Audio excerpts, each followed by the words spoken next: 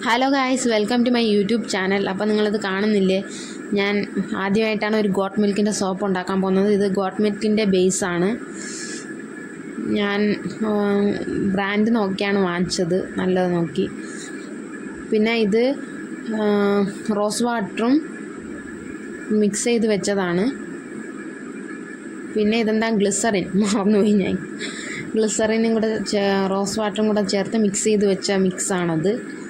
നമ്മൾ അത് വെച്ചാണ് ഇന്ന് ചെയ്യാൻ പോകുന്നത്. റോസ് വാട്ടറും ഗ്ലിസറിനും സോബേസ് അല്ല, ഗോട്ട് മിൽക്കിൻ്റെ ബേസും.